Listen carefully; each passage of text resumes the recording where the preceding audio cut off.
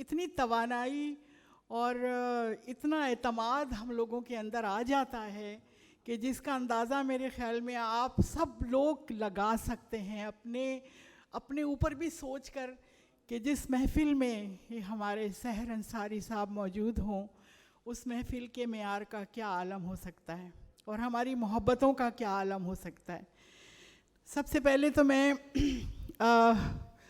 Library committee, یہ ہماری library committee ہے، میں آپ کو تھوڑا سا یہ بتاؤں کہ ہماری arts council of Pakistan Karachi chapter جو ہے، یہ جس طرح کراچی پورے پاکستان کو لیڈ کرتا ہے اور جس طرح کراچی پورے پاکستان کو فیڈ کرتا ہے اور جس طرح کراچی پورے پاکستان کے اوپر بھاری ہے، اسی طریقے سے arts council of Pakistan Karachi بھی پورے پاکستان کی آرٹس کونسلز پر ایک برتری حاصل کر چکے ہیں. یہ میں کہہ نہیں رہی ہوں، یہ آپ سب نے اپنی آنکھوں سے دیکھا ہے اور آپ سب اس بات کے چشمدید گواہ ہیں. آرٹ کی میں عاشق ہوں، میں آرٹسٹ ہوں، میں شاعرہ ہوں. میرے حوالے سے تو یہ جتنی امپورٹنٹ چیز ہے، لیکن آپ جتنے بھی لوگ یہاں بیٹھے ہیں آپ بھی سب اسی آرٹ سے جڑے ہوئے آرٹ لورز لوگ ہیں، تو آپ سمجھ سکتے ہیں کہ کسی بھی کلچر کے لیے، پروموشن کے لیے کلچر کے اور انسانوں کی تہذیب کے لیے آرٹ کونسل کتنی اہمیت کا حامل ہوتا ہے. تو یہ آرٹس کونسل اس وقت جس عروج کے اوپر پہنچ چکا ہے، اس میں یقیناً میرے صدر اس آرٹس کونسل کے، میرے مینٹور، میرے اس آرٹس کونسل، ہماری اس کاروان کے لیڈر جناب محمد احمد شاہ کا بہت بڑا ہاتھ ہے. یہ میں پھر آپ سے کہوں گی کہ یہ میں نہیں کہہ رہی ہوں، یہ لمحہ بلمحہ ترقی، یہ لمحہ بلمحہ عروج کی طرف بڑھتے ہوئے قدم، یہ لمحہ بلمحہ اس آرٹس کونسل کی معراج، یہ سب ہم نے اپنی آنکھوں سے دیکھی ہے، دیکھ رہے ہیں. تو احمد شاہ صاحب کی جو جینیس ہے اور جس طریقے سے وہ ہم سب کو اس آرٹس کونسل کو لے کر چل رہے ہیں، تو اس میں انہوں نے اس آرٹس کونسل کی ڈائمینشنل جو جہات ہیں، مثلا اس میں ایک شاعری تھوڑی ہے، اس میں صرف ایک ڈانس تھوڑی ہے، اس میں صرف کوئی ایک آرٹ تھوڑی ہے، اس میں تو سارے آرٹس ہیں.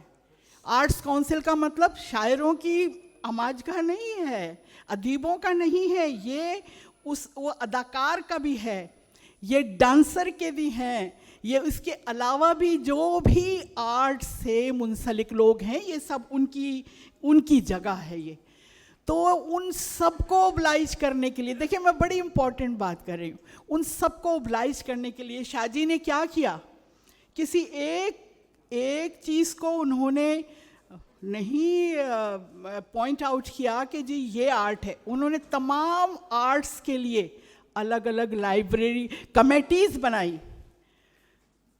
جتنے بھی لوگ جو آرٹسٹ ہیں، جس کا جو سبجیکٹ ہے اس کے حساب سے انہوں نے کیا کیا، یہ کمیٹیز بنا دی. مثلا ادبی کمیٹی، ماشاءاللہ سیر صاحب کی جو بیٹی ہیں ہماری امبرین حسیب امبر، وہ اس کی چیئر پرسن ہیں. اور اسی طریقے سے انہوں نے جیسے ہمارے چیئرمین ہیں ان کو 2 کمیٹیز دے دیں کیونکہ ان کا جو مقام ہے اس کی طرح، اس طرح سب انہوں نے الگ الگ کمیٹیز بنائی ہیں تاکہ سب لوگ اپنی کمیٹی کے اور ان کے ہیڈز بنائے اور ان کی پوری ایک تشکیل بنائی، ایک بورڈ بنایا. تو اب ہم سب لوگ اپنے اپنے حساب سے اپنے اپنے لوگوں کو، اپنے اپنے جو ہمارے کولیگس ہیں، جو ہمارے لائن کے لوگ ہیں، ہم ان کے لیے کام کرتے ہیں اور سب ان کے. تو ایک لائبریری کمیٹی جو احمد شاہ نے تشکیل دی، اس کے چیئر پرسن میرے باس، میرے چیئر پرسن، میرے اس کمیٹی کے ہیڈ جناب اقبال لطیف صاحب ہیں. اور ہم ان کی سربراہی میں لائبریری کمیٹی کو لے کر چل رہے ہیں، اور اس کڑی کا بڑی خوش قسمتی کی بات ہے کہ آپ سب بھی یہاں موجود ہیں. اور میں فرحانہ سے بھی کہہ رہی تھی کہ یہ ایک تاریخ تمہارے لیے رقم ہو رہی ہے کہ تم پہلے پروگرام تمہارے نام ہو رہا ہے. تو یہ لائبریری کمیٹی کا پہلا پروگرام ہے جس کے حساب سے ہم نے ایک ظاہر ہے ہمارا تعلق کیونکہ لائبریری سے ہے، کتابوں سے ہے، تو ہم نے ہمارے پاس ایک خاتون آئیں جن کا نام، جن کی ماشاءاللہ آج یہ محفل ہے، ان کا نام ہے فرحانہ ارتضیٰ زبیری. جب انہوں نے ہم لوگوں کے سامنے آ کر اپنا کام رکھا تو یقین کریں ہم سب فیوز ہو گئے، فیوز اڑ گیا. 800 صفحات کا ناول، 800 صفحات، جس کو وہ ناول بھی نہیں کہہ رہی تھی، جس کو وہ کہہ رہی تھی بس میں نے کام کیا ہے، میں نے یہ کام کیا ہے. اور ہم اس کو دیکھ رہے تھے اور ہم اس کو سوچ رہے تھے کہ یہ کیا کام ہے، کون سا 800 صفحات کیسے دیکھیں، کیسے پڑھیں 800 صفحات. لیکن پھر ہم نے پتہ نہیں کتنی میٹنگز کی، لیکن یہ ہمیں اندازہ ہو گیا تھا کہ فرحانہ نے ایک انتہائی بڑے ٹاسک اور پاکستانیت کے لیے اپنے حب الوطنی کے جذبے کے ساتھ، ایک جنون کے ساتھ، ایک نئی نسل کے لیے جو کام کیا ہے، آپ یقین کریں ہم نے اس کو سلام کرتے ہوئے آج فرحانہ کے اس ناول کے اوپر ہم نے کہا یہ ناول ہے. انہوں نے کہا مجھے کچھ نہیں پتا، میں گھر میں بیٹھی ہوں. لیکن ان کے جذبے دیکھیں آپ، ان کی محبت دیکھیں. قلم تھا ان کے پاس جس سے انہوں نے جہاد کیا. تو انہوں نے اب میں آپ کو یہ بتاؤں، ہم نے کہا کہ نہیں یہ ناول ہے. اب ناول ہے تو اس میں اتنے سارے مضامین ہیں، اور اس کے اندر کیا کیا مضامین نہیں ہیں. اگر آپ اس ناول کو پڑھیں گے تو میں سمجھتی ہوں اپنے بچوں کو پڑھانا پڑے گا آپ کو. اتنا قیمتی ناول ہے یہ. ایک اس خاتون کا میں سمجھتی ہوں تھیسس ہے کہ جو اپنے ملک کے بچوں کو محب وطن اور کامیاب ترین نسل دیکھنا چاہتی ہے. یہ اس خاتون کا ناول ہے جو کہ جس کی پہلی کتاب ہے. اس سے پہلے اس نے کہا یہ مجھے نہیں پتہ یہ ناول ہے. ہم نے کہا نہیں یہ ناول، آخر ہم اس کو کیسے لائیں گے، کیسے بتائیں گے لوگوں کو کہ کیا ہے. خیر وہ ہو گیا ناول. اب سوال یہ ہے کہ اس کے اندر اتنے سبجیکٹ ہیں، یہ کون سے ہیں؟ بھائی موٹیویشنل ہیں. بھائی موٹیویشنل تو موٹیویشن تو انگلش کا لفظ ہے، اس کو میں ناول میں اردو میں کیسے لائیں گے؟ تو یہ کارنامہ اقبال لطیف صاحب کا ہے. اس کو انہوں نے محرکاتی ناول کا نام دیا. یہ بہت بڑا نام ہے، یہ انسپریشنل نام ہے کہ محرکاتی ناول ہے. اس میں محرکات ہیں، آپ کو تحریک دینے والے مضامین. تو یہ کام لائبریری کمیٹی نے کیا اقبال لطیف کی سربراہی میں. جو ہم نے سوچا کہ نہیں اس کتاب کو ہمیں پروموٹ کرنا ہے، کیونکہ پاکستانیت کے بھی ہمارے پہ قرض ہے اور اس خاتون کا بھی ہمارے پہ قرض ہے. ہر اس شخص کا قرض ہے، ہر اس شخص کا قرض ہے اس آرٹس کونسل کے اوپر کہ جو اپنے وطن کے لیے، اپنے بچوں کے لیے اور اپنے مطلب مستقبل کی بھلائی کے لیے کوئی کام کرنا چاہتا ہے. تو یہ ناول، یہ وہ ناول ہے جس کی آج رونمائی ہو رہی ہے. میں بہت مبارکباد دیتی ہوں اپنی لائبریری کمیٹی کے تمام ممبران کو، جن لوگوں نے، جس میں میری کوآرڈینیشر سبین ہیں، جس میں ہمارے اور سارے لوگ ہیں. ہم نے جو رائٹرز جن کو ہم نے بولنے کے لیے یہاں بلایا ہے، دیکھیے مجھے معلوم ہے کیونکہ میں یہی بندہ ہوں آپ لوگوں کا، زیادہ سننا اتنا اچھا نہیں لگتا. تو ہم نے بہت طویل کوئی نہیں بلایا اسپیکر. نہیں، بات تو مجھے کرنی ہے. طویل وہ میں طویل کا مطلب یہ ہے کہ 15-20 اسپیکر نہیں ہے. 15 اگر میں یہ نہیں بتاؤں گی تو آپ کو کیسے پتہ چلے گا؟ میں نے کوئی فالتو لفظ بولا؟ کوئی فالتو لفظ بولا؟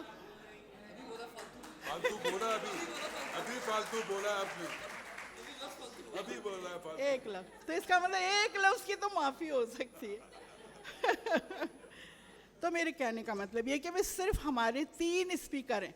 یہ 3 اسپیکر کا مطلب یہ ہے کہ صرف وہ آپ کو بتائیں گے بھائی میں نے تو آپ کو صرف تعارف کرایا, سچ بتائیں ایمانداری سے کرایا نا, سچا تعارف کرایا, میں نے کوئی چیز اس کے اندر سے ایسی نکالی نہیں ہے, کم نہیں کیا میں نے, ہے نا. اچھا, تو اب وہ صرف اسپیکرز ہیں, وہ آ کے آپ کو ناول کے بارے میں بتائیں گے. پھر ہمارے ماشاءاللہ اور ان کے فرحانہ کے کچھ دوست ہیں جو ان کے لیے بولیں گے. بہت زیادہ لمبا بولنے کا سیشن نہیں ہے, اور گفتگو البتہ بہت خوبصورت ہونے والی ہے. اور پھر کنکلوڈ کرنے کے لیے ہمارے سحر انصاری بھائی ہیں جو اس پورے پروگرام کے اوپر ایک سند, ایک مہر لگائیں گے کہ یہ اس لائبریری کمیٹی کے اسٹیج سے یہ کتاب لانچ ہوئی ہے. یہ بہت بڑا اعزاز ہے. میں بہت مبارکباد دیتی ہوں آپ سب کو کہ آپ لوگ آئے, آپ لوگوں نے آ کر ہم لوگوں کا مان بڑھایا, فرحانہ کا مان بڑھایا, اور سب سے یہ بات بتائی کہ پاکستان کو کوئی خطرہ نہیں ہے, اتنے زبردست لوگ موجود ہیں محبت کرنے والے, اور جس ملک میں آرٹ ہوتا ہے وہ کبھی تباہ نہیں ہو سکتا. تھینک یو سو مچ.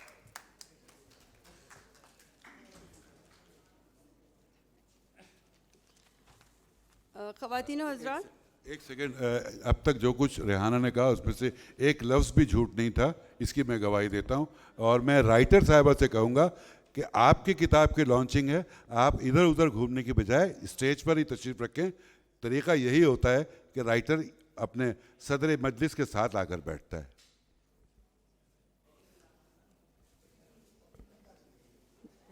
جی فرحانہ زبیری صاحبہ, میں یہاں پر ایک یہ ضرور بتانا چاہوں گی کہ ہمارے آرٹس کاؤنسل کی لائبریری کمیٹی کے چیئرمین اقبال لطیف صاحب کے پاس ایک اور بھی کمیٹی ہے. جب یہاں کمیٹیوں کی بات ہو رہی تھی تو مجھے ایک دم سے میرے ذہن میں آیا کہ یہ تو آرٹسٹ لائجن کمیٹی کے بھی چیئرمین ہیں. تو آئیے سلسلہ آگے بڑھاتے ہیں. کتاب پر اظہار رائے کے لیے ہمارے پاس اسٹیج پر جو ہمارے فاضل مقررین موجود ہیں, ان میں ادبی دنیا کی قداور شخصیات اس وقت آپ کے سامنے موجود ہیں. اس وقت جس شخص کو میں یہاں بلا رہی ہوں, اظہار رائے کے لیے دعوت دے رہی ہوں, وہ ان کا یہ مقام تو نہیں ہے لیکن ان کو جانا ہے. ایک نڈر اور مصروف عمل صحافی ہیں ہمارے درمیان, فہیم صدیقی صاحب, وہ تشریف لائیں اور صبح کے اجالا پر اظہار خیال پیش کریں. اصل میں فہیم صاحب کو ماشاءاللہ اتنے مقبول اور اتنے اچھے مقرر اور اچھے شخصیت ہیں. ایک اور پروگرام ہو رہا ہے جو شروع ہو چکا ہے, جہاں سے بار بار مجھ سے درخواست کی جائے رہی ہے کہ فہیم صاحب کو آپ چھوڑ دیں. حالانکہ ان کے لیے ہم نے سوچا تھا کہ کسی اور جگہ ان کو بلوائیں گے, لیکن خیر فہیم صدیقی صاحب تبرکاً ہمیں یہاں مل گئے ہیں تو ہم اس تبرک کو استعمال کرتے ہیں. بہت شکریہ. اعوذ باللہ من الشیطان الرجیم, بسم اللہ الرحمن الرحیم. منانم کے مندانم. اس پروگرام میں جب میں آیا تو میں نے یہاں پر نظامت کے لیے لکھا دیکھا ڈاکٹر ہنا, امرین, طارق, لیکن اس روپ میں جب میں نے یہاں اقبال لطیف کو دیکھا تو تھوڑی دیر کے لیے میں پریشان ضرور ہو گیا تھا. تو اقبال صاحب, لیکن بعد میں انہوں نے وہ جگہ چینج کر لی اور ہنا ان کی جگہ آ گئیں. یہ یہاں پر آرٹس کونسل کے حوالے سے باتیں ہوئیں تو میں سوچ رہا تھا یہاں بیٹھا ہوا کہ آج سے 3 دن پہلے اس شخص کی برسی تھی جسے 1988 میں 22 ستمبر کو گھر کے اندر قتل کر دیا گیا. اور یہ وہ شخص تھا جس نے اس شہر کے لیے یہ لکھا تھا, اور اس وقت لکھا تھا جب سندھ اسمبلی میں سندھی زبان کو سرکاری زبان کا درجہ دینے کے لیے قرارداد پیش کی گئی. اور اس شخص نے لکھا تھا اردو کا جنازہ ہے ذرا دھوم سے نکلے. رئیس امروہوی صاحب, میں بہت بڑا ناقد رہا ہوں احمد شاہ کا, اور ہم نے ان کے خلاف الیکشن بھی لڑے, لیکن ایک بات کا کریڈٹ میں ہمیشہ احمد شاہ کو دیتا ہوں کہ وہ شہر جہاں رئیس امروہوی یہ کہنے پر مجبور ہوئے کہ اردو کا جنازہ ہے ذرا دھوم سے نکلے, اس شخص نے اس شہر میں اردو کی لاج رکھی ہے اور اردو کانفرنس متواتر سے کرائی ہے. اور پھر اگر میں آج کی اس تقریب تک آؤں تو پھر مجھے اردو کی لاج نظر آتی ہے اس صبح کے اجالے کی صورت میں. میں فرحانہ زبیری صاحبہ کو بہت زیادہ نہیں جانتا. انہوں نے جب مجھے ٹیلیفون کیا کہ میں ان کے اس پروگرام میں آؤں تو ایک لمحے کے لیے میں نے سوچا کہ بطور صحافی مجھے اس پروگرام میں جا کر اگر ان کی کتاب پر تنقید کرنی پڑے گی تو یہ شاید انہیں اچھا نہ لگے. لیکن تقریب پذیرائی ہے, تقریب رونمائی ہے, تو تھوڑی سی بات تو کتاب کے اوپر ہونی بھی چاہیے. اس کتاب کے سرورق پہ ایک جملہ تو اردو میں 3 جلدوں کے اوپر موجود ہیں. ان تمام لوگوں کے نام جو منزل کی تلاش میں راستوں پر بھٹک رہے ہیں. لیکن کچھ انگریزی میں بھی تحریر ہے, اور یہ جو تحریر ہے یہ ان کی پوری سوچ کی عکاسی کرتی ہے. پہلی جلد کے اوپر لکھا ہے I love human and humanity. یقیناً یہ بہت بڑی بات ہے, اور یقیناً یہ کتاب لکھنے والی اگر اپنی کتاب کو اس طرح سے تعارف کرا رہی ہے تو یقیناً اس کتاب میں انسانیت سے جو محبت ہے وہ جگہ بہ جگہ نظر آ رہی ہے. پھر وہ لکھتی ہیں, کیونکہ اس کے جو بیک سائیڈ ہے, بیک کور ہے, اس پر انہوں نے لکھا ہے کہ یہ کتاب میں نے نوجوان نسل کے لیے لکھی ہے. اور وہ کہتی ہیں I believe if you change your thinking you can change the system. تو اس میں صرف اور صرف ایک سوچ نہیں ہے, اس میں ایک شکایت بھی نظر آ رہی ہے کہ وہ سسٹم سے کافی حد تک ناراض ہیں. لیکن وہ سسٹم کی ناراضگی کی وجہ بھی جو ہے وہ سوچ کو قرار دے رہی ہیں, نوجوان نسل کی سوچ کو قرار دے رہی ہیں کہ اگر آپ نے اپنی سوچ کو تبدیل کر لیا تو آپ اس سسٹم کو بھی تبدیل کرنے میں کامیاب ہو جائیں گے. کتاب کی 3 جلد پہ لکھا ہے Peace will not prevail unless we boycott nuclear weapons. بڑی متنازع بات ہے.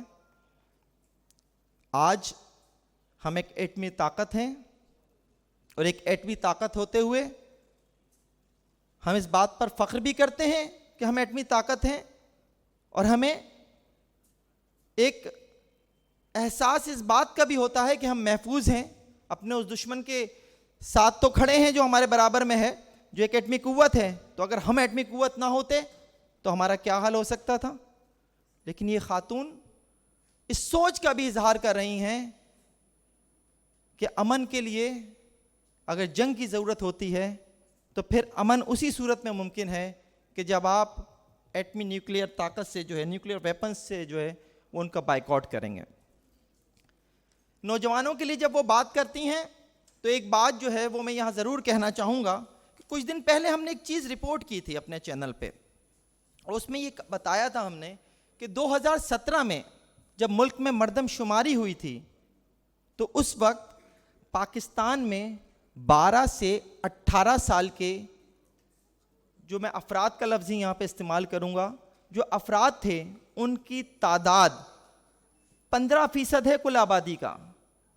اور یہ جب ہم اگلے الیکشن میں جائیں گے, یہ 2017 میں ہماری مردم شماری ہوئی تھی, جب ہم اگلے 2023 کے الیکشن میں جائیں گے تو یہ آبادی کا 15%, یعنی 3 کروڑ 10 لاکھ نئے ووٹرز حق رائے دہی کا استعمال کریں گے.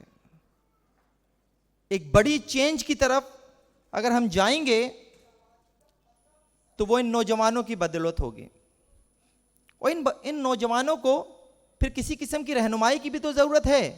تو یقیناً وہ اس کتاب میں وہ رہنمائی جو ہے وہ موجود ہے. جب ذہن بنانے کی بات ہو, جب ذہن سازی کی بات ہو, تو یقیناً شعراء, ادیب اس میں بہت اہم کردار ادا کرتے ہیں. ہم دنیا کی کوئی بھی تحریک اٹھا کر دیکھ لیں, اس میں ہمیں شعراء اور ادیب کا کردار ایک ہراول دستے کے طور پر نظر آتا ہے.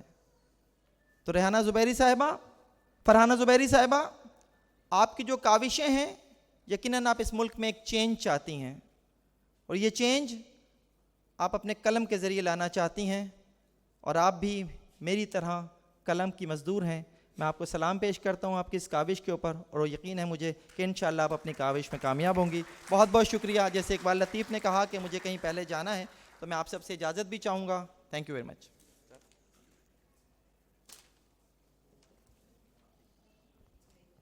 خواتین و حضرات، صبح کا اجالا میں انسانیت پر بات کی گئی ہے، پاکستانیت کی بات کی گئی ہے، اسلام کی بات کی گئی ہے، نوجوانوں کی بات کی گئی ہے۔ تو ہمارے ساتھ اس وقت اسٹیج پہ ایک ایسی شخصیت موجود ہیں جو نوجوانوں کی بھرپور نمائندگی کرتے ہیں، یوتھ پارلیمنٹ کے بانی ہیں اور میڈیا سے منسلک مشہور شخصیت ہیں۔ میں دعوت دیتی ہوں رضوان جعفر صاحب کو کہ وہ تشریف لائیں اور صبح کے اجالا پر اظہار خیال پیش کریں۔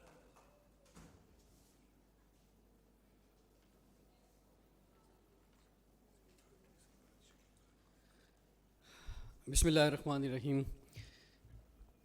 صدر محفل پروفیسر سار انصاری صاحب، اور اس کے ساتھ ساتھ ریحانہ رومی صاحبہ، سمین صاحبہ اور واجہ کمال صاحب، اقبال لطیف صاحب، اور خاص طور پہ صاحب کتاب جو آج کی، ویسے ہم جو جن کی کتاب ہوتی ہے ان کو کہتے ہیں کہ تقریب کے دولہا، مرد حضرات کو کہا جاتا ہے، خاتون کو کسی کہنا تقریب کی دلہن، یہ بڑا مشکل بات ہے۔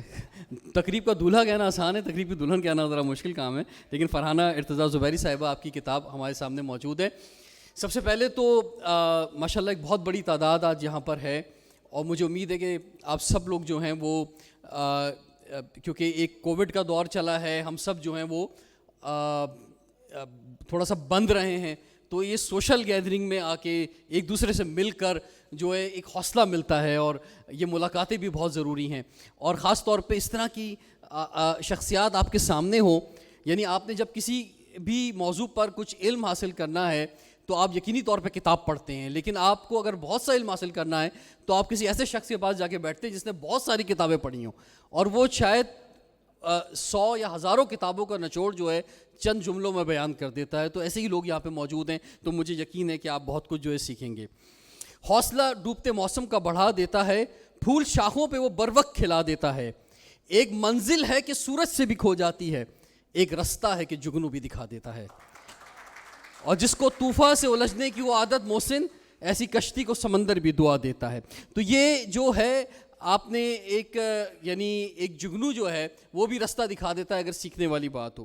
کتاب کی طرف میں ڈائریکٹ آتا ہوں، اور میں آپ کو بتاؤں تھوڑا سا سٹوری کچھ یوں ہے کہ پچھلے ہفتے اقبال لطیف صاحب ہمارے استاد محترم ہیں، اور اب تو جب بھی ان کو مائک پہ سنتا ہوں تو مجھے ارطغرل الغازی یاد آ رہے ہوتے ہیں کہ جناب ایک ارطغرل الغازی ہمیں بھی مل گئے ہیں ماشاءاللہ سے پاکستان کے اندر۔ تو انہوں نے جب رابطہ کیا اور فرحانہ زبیری صاحبہ سے ملاقات کروائی تو میں نے کہا بھائی آپ پہلے کتاب تو دیں، تو انہوں نے جو ہے یہ 3 کتابیں میرے ہاتھ میں دیں۔ میں نے ان سے کہا کہ ان 3 میں سے کون سی کتاب کی رونمائی ہے، ذرا یہ تو فرمائیں۔ تو انہوں نے کہا کہ یہ تینوں کی ہے ایک ساتھ۔ میں نے بولا ابھی 4 دن باقی ہیں پروگرام میں، یہ 3 کتابیں کون پڑھے گا 4 دن کے اندر ہے؟ تو انہوں نے کہا کہ میں نے بڑی طویل کتاب لکھی تھی، اس کا سائز بہت بڑا تھا، پبلشر نے کہا کہ جناب 3 جلدوں میں پارٹ 1 پارٹ 2 اور پارٹ 3 کر دیتے ہیں۔ تو مجھے نہیں معلوم کہ یہاں پہ ویسے تو ادبی لوگ بھی کچھ نظر آ رہے ہیں، سوشل لوگ بھی نظر آ رہے ہیں، لیکن آپ سب جو ہیں وہ ایک دن میں کتنی کتاب پڑھ سکتے ہیں؟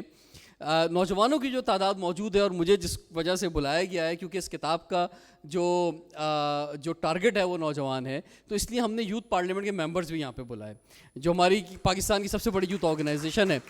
اور یوتھ پارلیمنٹ کے ریفرنس سے جو لوگ یہاں موجود ہیں گو کہ بہت سارے پروگرامز میں شرکت کرتے ہیں، پورے پاکستان میں ٹریولنگ کرتے ہیں، ووٹ ٹیکنگ سیریمنیز ہوتی ہیں ان کی گورنر ہاؤسز میں، پریزیڈنٹ ہاؤسز میں، انٹرنیشنل ٹریولنگ بھی کرتے ہیں، لیکن شاید مجھے محسوس ہوتا ہے کہ کتاب کی تقریب میں کم جاتے ہیں شاید، یا کتاب کی رونمائی کی تقریب ذرا ان کے حصے میں کم آتی ہے۔ تو اگر اپنی نشستوں پہ کھڑے ہو جائیں گے یوتھ پارلیمنٹ کے لوگ تو میں چاہوں گا کہ ان کا ایک تعارف ہو جائے گا، اور ان کے لیے ایک دفعہ زبردست کلیپنگ بھی ہو جائے گی۔ اور پیچھے ہمارے جو پریزیڈنٹ ہیں سندھ کیبنٹ کے طلحہ سلیم صاحب موجود ہیں، بہت شکریہ جی، تشریف رکھیں۔ اچھا اب یہ ہے کہ میں کیونکہ وقت کم ہے اور مقابلہ سخت ہے مختصر سی بات ہی کرنا چاہوں گا. جو موضوعات یہ کیا ناول ہے, ناول کا مطلب یہ کہ ایک طرح کی کہانی ہے, اور کہانی پڑھنا جو ہے وہ ایک آسان کام ہے, اور خاص طور پہ جو نوجوانوں سے کیونکہ میں مخاطب ہوں تو کہانی پڑھنے میں ذرا ایک مزہ رہتا ہے کہ آپ جو ہے اس کو انجوائے کرتے ہیں کہ ایک کہانی بدل رہی ہوتی ہے. تو اس میں یعنی ایک کہانی لکھی ہوئی ہے اور اس کہانی میں بہت سارے موضوعات ہیں, موضوعات بڑے دلچسپ بھی ہیں, اور اگر صرف فہرست پڑھی جائے تو اس کے اندر ایک سوالات بھی اٹھتے ہیں کہ جناب آپ نے آخر کیوں ان موضوعات کو جو ہے یہاں پہ لکھا ہے. مثال کے طور پہ غیر منصفانہ معاشی اور دفاعی وسائل کی تقسیم, پرامن ایٹمی پروگرام ایٹم بم کی وجہ کیوں بنا, دنیا کی دشوار ترین محاذ سیاچن کیوں, پھر ایک یہاں پہ لکھا ہوا ہے مسئلہ مہاجر, دنیا کی قدیم آثار قدیمہ کی دریافت, قدرتی آفات کے سبب تباہ ہونے والے شہروں کا احوال, آتش فشاں سے روم کے شہر میں تباہی, قرآن پاک میں تباہ شدہ کھدائی میں دریافت, میرٹ کا قتل عام کوٹا سسٹم, انگریزی زبان بطور سازش, فلاحی اداروں کا قیام وقت کی اہم ضرورت. اچھا جی, یہ تو چلیں اس طرح کے موضوعات ہو گئے کہ جو حصہ سوم میں موجود ہیں, اور حصہ اول کے اندر جو ہیں وہ مذہبی موضوعات جو ہیں وہ بہت دلچسپ ہیں.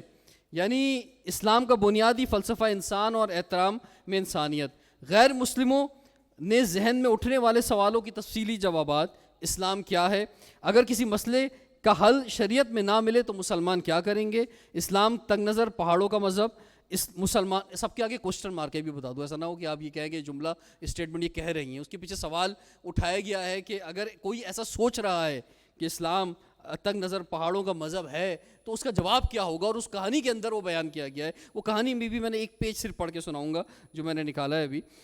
اچھا جی, مسلمان مرد کو 4 شادیاں کی اجازت کیوں, اب یہ بھی بڑا ایسا یعنی ہے تو ایسے مزیدار جو ہے موضوع, اور ہر شخص جو ہے وہ اچھا آپ کو ہر شادی شدہ شخص جو ہے وہ دوسری شادی کی بات کرتا ہوا ملے گا.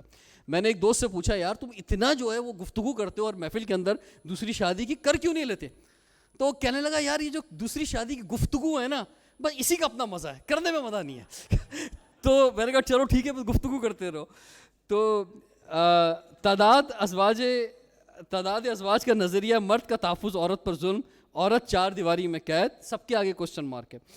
مذاہب کا ٹکراؤ اور سوشلزم, اسلام معاشرتی تقسیم, اسلام کا معاشی نظام, یورپ کی زندگی میں مسلمانوں کا کردار, رحم دلی مساوات کا پرچار, جانوروں کا ذبح کرنا, سائنس اور قرآن, چارٹر آف ہیومن رائٹس قرآن, دہشت گردی سے مسلمانوں کا تعلق, جہاد دہشت گردوں کا ہتھیار, اسلام کے مقرر کردہ سخت سزائیں انسانیت پر, قیامت آئے گی کیا ثبوت ہے, یہ بڑا اس پر بہت دلچسپ جو ہے وہ گفتگو اس کتاب میں ہوئی ہے کہ قیامت آئے گی کیا ثبوت ہے, اس پر جو ہے جو اس طرح سے حوالے دیے گئے. اچھا میں آپ کو ایک چیز اور بتاؤں کہ جب آپ کتاب پڑھیں گے, ہم کتاب کیوں پڑھتے ہیں بنیادی طور پہ, ہم کتاب اس لیے پڑھتے ہیں کہ ہماری علم میں اضافہ ہو, جو بنیادی بات ہے وہ یہی ہے, اور پھر اس کے ساتھ ساتھ جو ہے وہ دوسری چیزیں بھی ہمیں مل رہی ہوتی ہیں, ہماری ووکیبلری بڑھ رہی ہوتی ہے, نئے الفاظ ہمیں مل رہے ہوتے ہیں, ہمیں جو ہے وہ علم کے ساتھ ساتھ جو ہے مختلف ریفرنسز مل رہے ہوتے ہیں.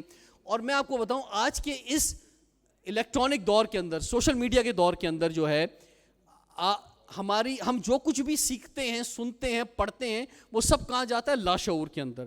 میں نے ایک ریسرچ کروائی ایک پروگرام کے لیے اپنے ٹی وی شو کے, جب ہم کر رہے تھے تو معلوم یہ ہوا کہ بنیادی طور پہ ہمارے پیچھے لاشعور میں سب سے زیادہ جو مٹیریل رہ جاتا ہے وہ ہوتا ہے جو ہم کتاب میں پڑھتے ہیں اور پڑھنے کے بعد ہم کسی کو بیان کرتے ہیں. ادروائز جو انٹرنیٹ پہ ہم دیکھتے ہیں یا ٹیلی ویژن پہ دیکھتے ہیں وہ جا کے 0.001% پہ جا کے پہنچ جاتا ہے, جبکہ کتاب کا پڑھا ہوا اور اگر وہ بیان کر دیا جائے تو وہ لاشعور میں 5% سے اوپر جاتا ہے, جو کہ ایک بہت بڑا پرسنٹیج ہے. اچھا جی, مغربی اور پاکستانی معاشرہ, اس پر بھی بات ہے. تو اس لیے جب آپ کتاب پڑھتے ہیں تو آپ دیکھیے بہت سے لوگ کہتے ہیں کہ جناب ہم موبائل پہ کتاب پڑھ لیتے ہیں, موبائل پہ اوپر بینر سسٹم ہوتا ہے جناب, کبھی جو ہے وہ کسی کا میسج آ گیا, کسی کی کال آ گئی, کسی کا واٹس ایپ آ گیا, تو آپ ایک فل اٹینشن نہیں دے پاتے. جو پیپر کی بات ہے اس کا کوئی ریپلیسمنٹ آپ سب سمجھتے ہیں کہ نہیں ہے, مجھ سے زیادہ آپ سب لوگ جانتے ہیں, لیکن میں ونس اگین اسی پہ آتا ہوں اور ویری کوئک اپنی بات ختم کرنا چاہوں گا. نام نہاد مسلمان اور اسلامی ریاست, اندھے بہرے گونگے اپائچ لوگوں پر مشتمل بیمار معاشرہ, عوام, حکومت اور نوجوان, بنیادی ضرورتوں کا فقدان, تعلیم و تربیت کی کمی, جنسی بے راہ روی, ہم جنس پرستی, child labour, cyber crime, Darul Uloom پناہ گاہ یا شکار گاہ, اس پر بھی کچھ چیزیں ایسی ہیں: لڑکیوں کا گھر سے فرار ہونا، بازار حسن، خودکشی کے عوامل، روٹی کی قیمت، عورت کی غیر محفوظ عزت، انگریزی زبان بطور سازش. تو اس میں اگر ہم یہ جو تمام سبجیکٹس ہیں اگر اس کو ہم دیکھیں تو یقینی طور پر ایک کنٹروورسی بھی نظر آتی ہے کہ آخر یہ لکھنے کی، اب عموماً کچھ لوگ کہتے ہیں لکھنے کی ضرورت کیا ہے.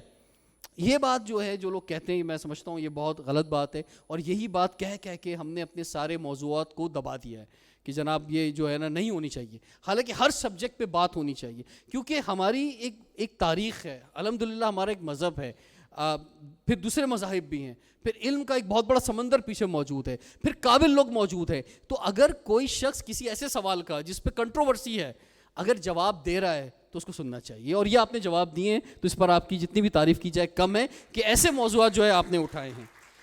تو میں وقت کی کمی کو دیکھتے ہوئے صرف یہ ایک صفحہ اس میں سے پڑھنا چاہوں گا. یہ ایک تو تین کتابیں ہیں نا، ڈھونڈنا بھی وہ تھوڑا سا وہ 190، جی ہاں پیج نمبر 191 مجھے یاد ہے، تو میں اس کو پڑھ لیتا ہوں. بالکل جی، اچھا جی،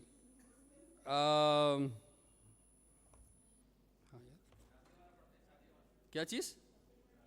ہاں چلیں، نہیں سوری، اچھا شادی والا پڑھ دیا. ارے واہ بھائی واہ، شادی والا. اچھا اس میں تھوڑا سا ایک بات بتاؤں کہ جو موضوعات شروع میں، سر وہ ترتیب آپ نے تو چوتھی سے شروع کی ہے نا، چوتھی سے 1 پہ جائیں گے. اچھا ایک چیز اور ہے کہ جو تھوڑا سا اس کتاب کے اندر آپ کو پریشان کرتی ہے وہ یہ ہے کہ جب یہ موضوعات آپ پڑھتے ہیں تو بڑی دلچسپی آتی ہے، لیکن ان موضوعات کے اندر صفحہ نمبر نہیں لکھا ہوا.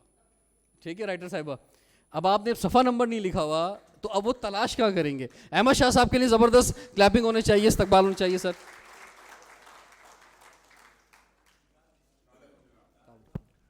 صدر آرٹس کونسل کے درخواست پلیز. تقریر کر رہا ہے، آپ تو آجو آجو. نہیں سر. السلام علیکم.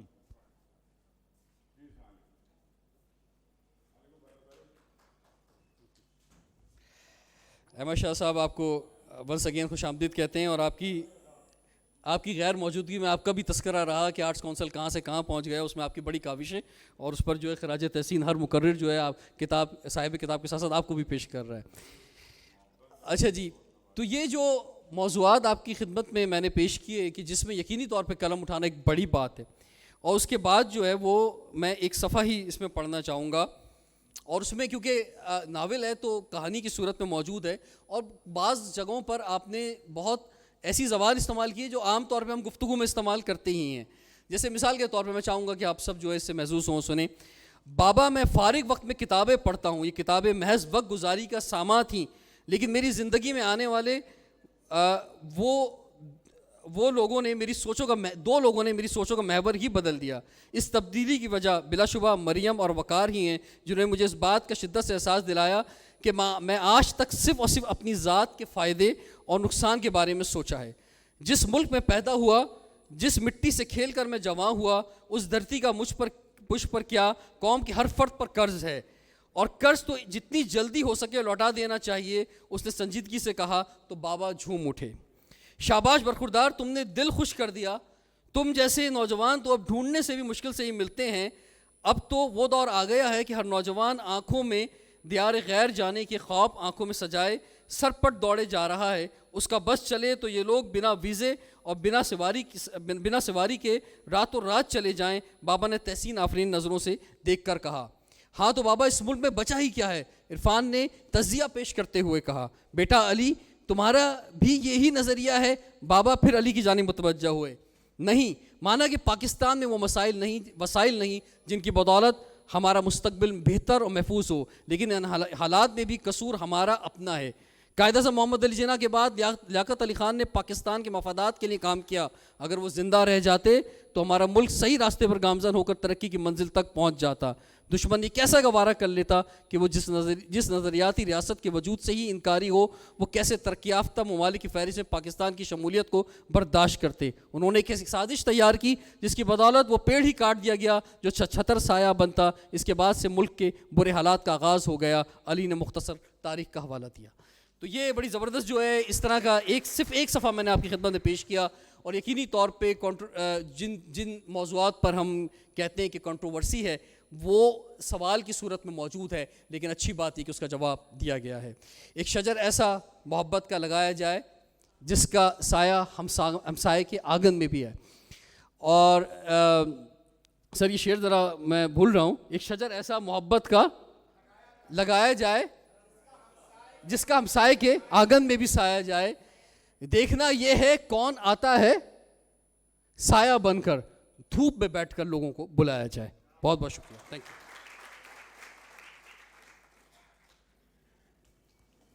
خواتین و حضرات، اب آرٹس کونسل آف پاکستان کے صدر سید محمد احمد شاہ ہمارے درمیان موجود ہیں، اور پروگرام میں صبح کا اجالا پر اظہار رائے کا سلسلہ جاری ہے۔ یہ شام یقیناً آپ سب کی موجودگی کی وجہ سے بہت خوبصورت ہو گئی ہے۔ میں پروگرام کو آگے بڑھاتے ہوئے اب جس شخصیت کو دعوت دینے جا رہی ہوں وہ کراچی کے ادبی حلقوں کا ایک جانا پہچانا نام اور اردو یونیورسٹی کے ماس کمیونیکیشن شعبے کے چیئرمین ہیں، اور آپ سب جانتے ہیں کہ ایک بڑے شاعر حمایت علی شاعر کے بیٹے ہیں۔ میں ملتمس ہوں اوجے کمال سے صاحب سے کہ وہ تشریف لائیں اور صبح کا اجالا پر اظہار خیال پیش کریں۔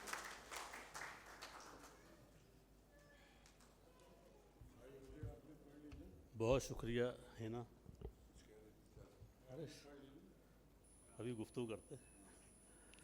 محترم پروفیسر سحر انصاری صاحب، بھائی احمد شاہ، دیگر مسند نشین اور خواتین و حضرات،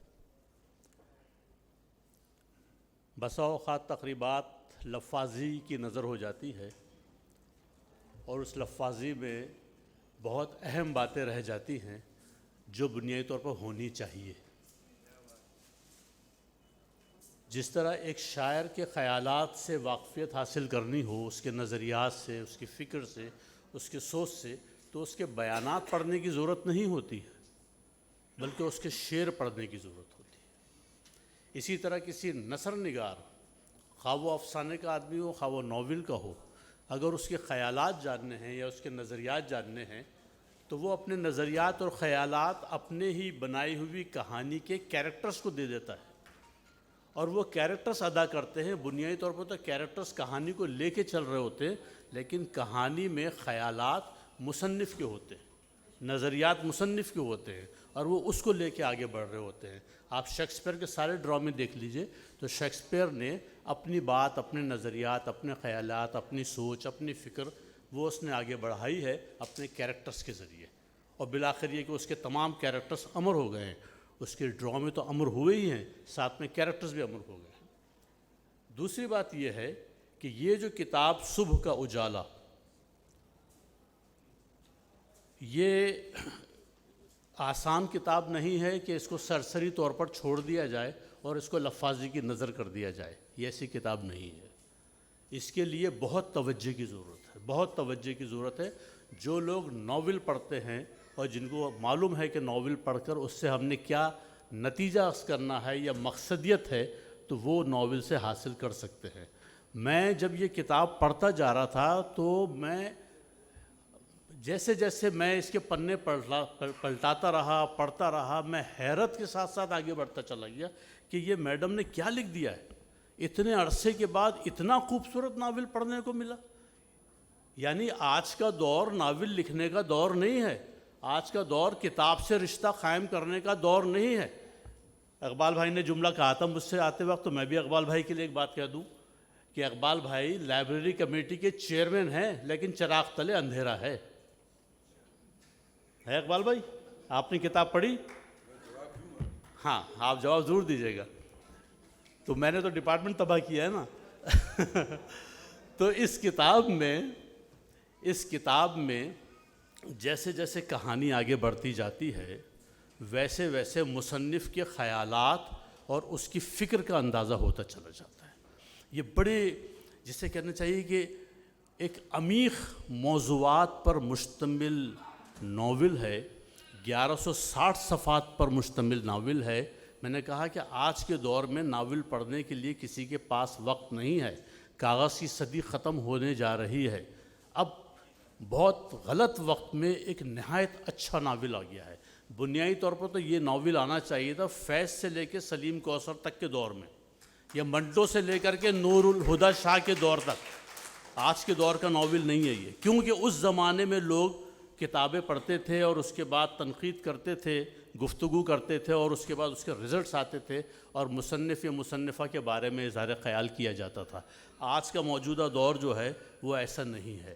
اب یہ جو کتاب ہے, جیسے کہ ہمارے پاس قرۃ العین حیدر تھیں, ان کا آگ کا دریا ہے, تو وہ ایک مقصدی ناول تھا, اور اس کے بعد وہ ادب کے حوالے سے اور کلاسک کا حصہ بن گئیں. بانو قدسیہ ہیں, ان کا ناول ہے راجہ گدھ, یا عبداللہ حسین صاحب ہیں, یا عصمت آپا ہیں, عصمت چغتائی, ان کے ناولز میں خواتین کی اگر بات کروں تو ان کے ناول اس عہد کی نمائندگی کرتے ہیں جہاں بڑے لوگ تھے, فیض سے لے کے سلیم کوثر تک یہ لوگوں کا کتاب سے رشتہ جڑا ہوا تھا, اور منٹو سے لے کے نور الہدیٰ شاہ تک ان کا کتاب سے رشتہ جڑا ہوا تھا. یہی وجہ ہے کہ عصمت آپا عصمت چغتائی ہو گئیں, اور قرۃ العین حیدر بن گئیں, اور جیلانی بانو بن گئیں. یہ سب خواتین بڑی بڑی بانو آپا ہو گئیں, یہ سب بڑی خواتین ہوئی اپنی تحریر کی وجہ سے. انہوں نے ایسے ناول لکھ دیے. میں یہ ناول جیسے جیسے پڑھتا رہا تو میں عموماً تو ہم ٹی وی کے ڈرامے دیکھتے ہیں, جیو ٹی وی کے ڈرامے دیکھتے ہیں, ساس بہو کی لڑائیاں ہیں, عشق ہے, شادیاں ہیں, طلاقیں ہیں, خلا ہے, وغیرہ وغیرہ, ایک طوفان بدتمیزی ہے. ایسے حالات میں ان سب چیزوں کو پڑھنے کے دوران اب یہ صبح کا اجالا اگر آپ پڑھ لیں تو آپ کا اتنا ذہن کھلے گا. یہ الگ بات ہے کہ اس میں تنقیدی اور اعتراضی اور اختلافی پہلو ہیں, اس پہ گفتگو ہو سکتی ہے, لیکن جب میں اس کو پرسنٹیج دیتا ہوں تو 10%, 90% میں پازیٹیولی اس کتاب کو قرار دیتا ہوں جو کچھ انہوں نے اس میں پیش کیا. ایک بھرپور مقصدی کتاب. میں ان سے واقف نہیں ہوں, فرحانہ زبیری صاحبہ سے, اور ان سے گزشتہ 1-2 دن پہلے جب انہوں نے مجھے کتاب دی تو میں اس سے واقف ہوا. اب چونکہ ہم لوگ اکیڈمیا سے تعلق رکھتے ہیں, اکیڈمی گفتگو ہو رہی ہے, تو میں چاہتا ہوں کہ جب آپ اس محفل سے اٹھ کے جائیں تو آپ کے ذہن میں, جس طرح ہم مشاعرے میں جاتے ہیں تو کوئی شعر لے کے جاتے ہیں کسی اچھے شاعر کا, اسی طرح میں چاہتا ہوں کہ جب آپ یہاں سے جائیں تو آپ اس کتاب کا ایک مجموعی تاثر لے کے جائیں کہ اس کتاب میں آخر کیا ہے. دیکھیے یہ کتاب جو ہے یہ اسلام اور پاکستانی سیاست اور عالمی سیاست پر مصنفہ کے مکالموں کی شکل میں گفتگو کو آگے بڑھائی گئی ہے. اس کتاب میں کئی کیریکٹرز ہیں, کئی موضوعات ہیں, لیکن میں بھی پڑھتا چلا جا رہا تھا تو میرے پاس بھی بہت سارے سوالات اٹھتے جا رہے تھے. یعنی اس کتاب کا جو سب سے اہم کیریکٹر ہے وہ ان 2 بچوں کا باپ ہے جو دادا کہلاتا ہے, اور جس نے بین المذاہب میں PhD کیا ہوا ہے. بین المذاہب میں PhD کیا ہوا ہے, اور اس کی بیگم جو آمنہ بیگم ہیں وہ یہودیوں سے نفرت کرتی ہیں. میرا سوال پڑھتے وہیں پہ آ گیا کہ جو شخص اپنے گھر میں اپنی ہی فیملی کے کسی ممبر کو متفق کرنے میں ناکام ہے تو وہ باہر کس طرح اپنے بچوں سے توقع کرے گا کہ وہ بین المذاہب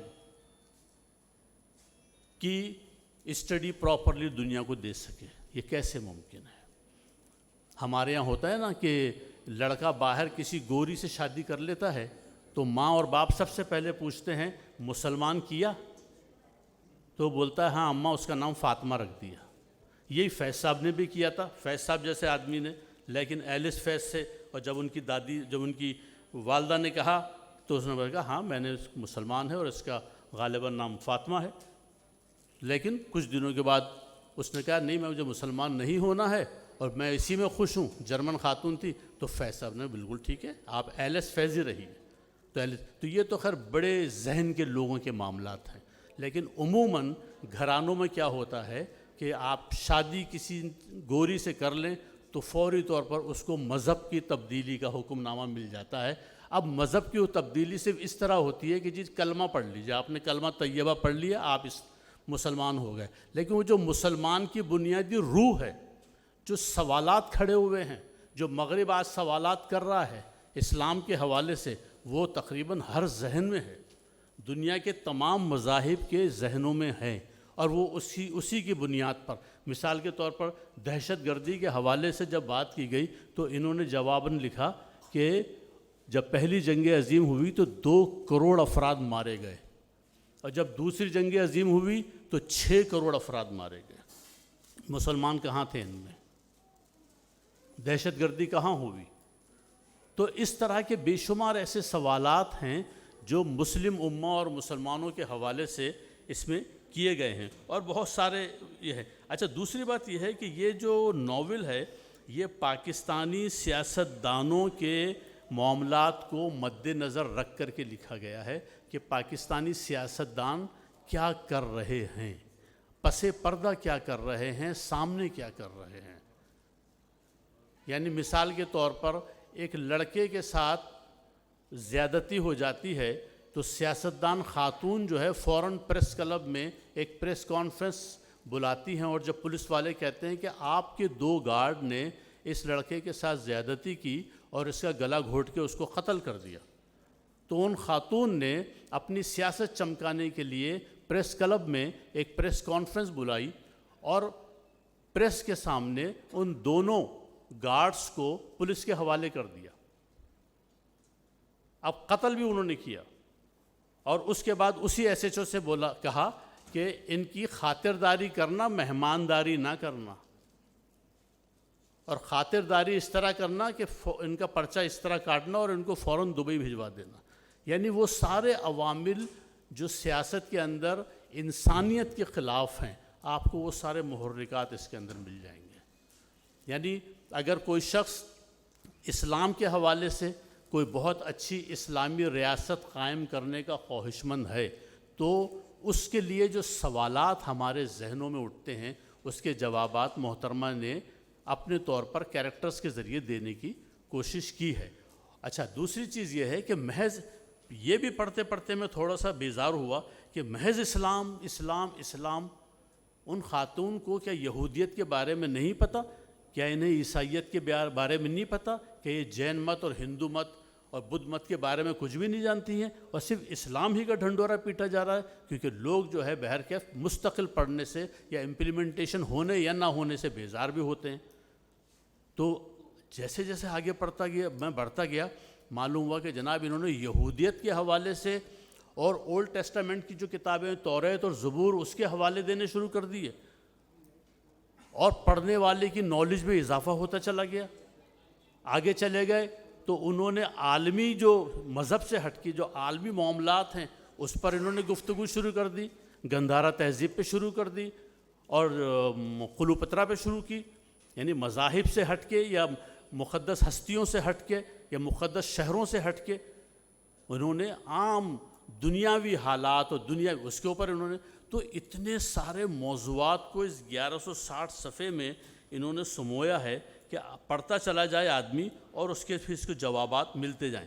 پھر دوسری چیز یہ کہ ایک یہودی لڑکی ہے، یہودی کو سنتے کے ساتھ ہی نہ جانے اسلام میں اور مسلمانوں کو کیا ہو جاتا ہے کہ وہ یہ جانے بغیر کہ بنی اسرائیل کون تھے، یہ جانے بغیر کہ حضرت یوسف علیہ السلام اور حضرت اسحاق علیہ السلام کون تھے، یہ جانے بغیر کہ یہودا کون تھا جس سے یہودی آیا، ہم بس یہودی کا نام سنتے ہی ایک دم وہ ہو جاتے ہیں کہ یہودی ہے، یہودی دینا کوئی گالی ہے۔ انہوں نے اس کے اندر بہت ساری چیزیں شامل کی، ایون یہ کہ ایک کیریکٹر ہے کہ جب وہ یہودی ہے وہ اپنی بیٹی سے کہتا ہے تم مسلمان ہو گئی ہو، تم مسلمان ہو گئی ہو، اور وہ بہت نفرت کرتا ہے اپنی بیٹی سے، جائیداد سے بھی آگ کر دیتا ہے۔ تو وہ اب عموماً کیا ہوتا ہے کہ ہم مسلمان ہیں لیکن اسلام سے اور تاریخ اسلام سے ناواقف ہیں، عیسائی ہیں تو وہ عیسائیت سے ناواقف ہیں، اور یہودی ہیں تو یہودیت سے ناواقف ہیں، لیکن چونکہ جڑیں مضبوط ہیں تو ہٹنے کا نام نہیں لے سکتے، یہ تو بڑی طے شدہ بات ہے، آپ کچھ کر لیں۔ تو اس نے کتاب میں سمجھانے کی کوشش کی کہ حضرت اسحاق علیہ السلام جب حضرت اسحاق علیہ السلام نے کہا کہ خدائے یکتا نے ایک پیغمبر کے آنے کی نوید دی ہے جو میرے بھائی اسماعیل علیہ السلام کے خاندان سے یا قبیلے سے نکلے گا اور وہ آخری نبی ہوگا، پیغمبر آخر الزماں ہوگا اور اس کا نام احمد ہوگا۔ یہ کون کہہ رہا ہے؟ وہ یہودی، جہاں سے ہم یہود کی بات کرتے ہیں۔ تو اس کا باپ بڑا حیران ہوتا ہے، کہتا ہے تم نے یہ سب پڑھا ہے؟ میں نے تو یہ سب نہیں پڑھا۔ اور وہ ہوتا کون ہے؟ وہ بہت بڑا ظاہر کہ پیسے والا سرمایہ دار جس پہ پوری اسرائیل حکومت چل رہی ہوتی ہے۔ تو اس کتاب میں عجیب و غریب ایسی معلومات ہے کہ جس نے اگر تاریخ اسلام نہیں پڑھی، جس نے اگر تعلیمات اسلام نہیں پڑھی، وہ اس کے اندر موجود ہے۔ اگر جس نے تہذیبیں نہیں پڑھی، وہ اس میں موجود ہے۔ اگر جس نے ایسے سوالات جو دہشت گردی کے حوالے سے اٹھائے گئے ہیں، میں اس کتاب کے صفحات نہیں کھولنا چاہتا، اس کے اندر بہت سارے ہیں، میں نے نشان لگائے تھے، لیکن پھر میں وہ پیچھے ہٹ گیا اتنی ساری ڈیٹیل کرنے کے لیے۔ صرف میں اتنا کہنا چاہتا ہوں کہ مصنفہ نے کیریکٹرائزنگ بہت اعلیٰ کی، پلاٹ بہت شاندار بنایا، اور کیریکٹرز اس طرح کٹ ٹو کٹ چلے کہ پڑھنے والا جو ہے وہ ہوتا ہے کہ ایک تو نظر پھیر کے چل جاتا ہے، ایک ہوتا ہے لفظ بلفظ پڑھنا، مجبور ہو جاتا ہے لفظ بلفظ پڑھنے کے لیے۔ میں ان کی تعریفیں اس لیے نہیں کہ ان کی شکل دیکھ لی یا ان کو میں آج ان سے ملا، ایسی کوئی بات نہیں۔ میں 6-7 دن سے یہ کتاب پڑھ رہا ہوں، 6-7 دن سے، اور پڑھتا جا رہا ہوں۔ تو میں نے پہلے سوچا کہ میں یوں ہی نظر گھما لوں، نظر پھیر لوں، لیکن میں مجبور ہو گیا کہ مجھے ایک صفحہ پڑھنا پڑا۔ اب صرف اس لیے کہ یہ میرا سبجیکٹ تھا، میں نے تاریخ اسلام اور اسلامی تعلیمات اور پیغمبران کی تاریخ اور ان کی زندگیوں کو میں نے بہت پڑھا ہے، اتنا پڑھا ہے کہ میں اس کو فلمی انداز میں بیان کر سکتا ہوں، اس حد تک میں نے ان کو پڑھا ہے۔ میں حضرت ابراہیم علیہ السلام سے لے کے محمد صلی اللہ علیہ وسلم تک کی حیات کو اور ان کی تعلیمات کو، یہ میرے سبجیکٹ جب میرے سامنے آنے لگے تو میں یقین جانیے میرے دل سے آواز نکلی کہ کاش اگر یہ کتاب ضخیم نہ ہوتی، اگر یہ کتاب مختصر ہوتی اور اس کو کسی طرح سمیٹ لیا جاتا، بہت سارے کیریکٹرز جمع کرنے کے بجائے اگر چند کیریکٹرز اور چند موضوعات کو رکھا جاتا تو یقیناً یہ کتاب بہت زیادہ پڑھی جاتی۔ 1160 صفحات پڑھنا اب آسان نہیں ہے، اب ڈیجیٹل کا زمانہ ہے۔ تو یہ کتاب انہوں نے لکھی تو بہت اچھی ہے، لیکن اگر یہ پڑھی نہیں گئی تو پھر یہ جو ہے کتاب اس کا شکار ہو جائے گی کہ ضائع ہو رہی ہے۔ تو یہ مجھے بہت افسوس ہوگا کہ کتاب ضائع ہو جائے، لیکن بہرکیف میں مصنفہ کو، فرحانہ زبیری صاحبہ کو بہت زیادہ مبارکباد پیش کرتا ہوں کہ آپ نے کمال کام کیا اور اس دور میں کیا جب کاغذ کا عہد ختم ہو رہا ہے۔ اور لائبریری کمیٹی کے چیئرمین جناب اقبال لطیف صاحب کو مبارکباد پیش کرتا ہوں کہ آپ نے لائبریری میں رہتے ہوئے ایک بڑی تقریب منعقد کی، اور اس کتاب کی تقریب کے انعقاد اقبال لطیف صاحب پروڈیوسر بھی ہیں پی ٹی وی کے، اور ان کے بے شمار شاگرد ہیں جو اتفاق سے میرے بھی ہیں، تو ہم ان کی باتیں کرتے رہتے ہیں، اور یہ ماشاءاللہ ایسے پروڈیوسر ہیں کہ لوگ ان کی بہت دور دور تک تعریفیں کرتے ہیں۔ خدا بہت شکریہ۔ جی خواتین حضرات، ہماری ایک روایت ہے کہ ہم تقریب رونمائی میں وہ کتاب رائٹر کی لے کر ایک گروپ بناتے ہیں تاکہ ایک طرح سے ریکارڈ رہے۔ تو میں درخواست کرتا ہوں تمام خواتین حضرات سے کہ کھڑے ہو جائیں، سحر بھائی کو وہ کتاب پیش کریں گی، اور سحر بھائی بیٹھے رہیں، صرف کتاب آپ دکھا دیجئے، اور جو ہمارے فوٹوگرافر ہیں ان سے ریکویسٹ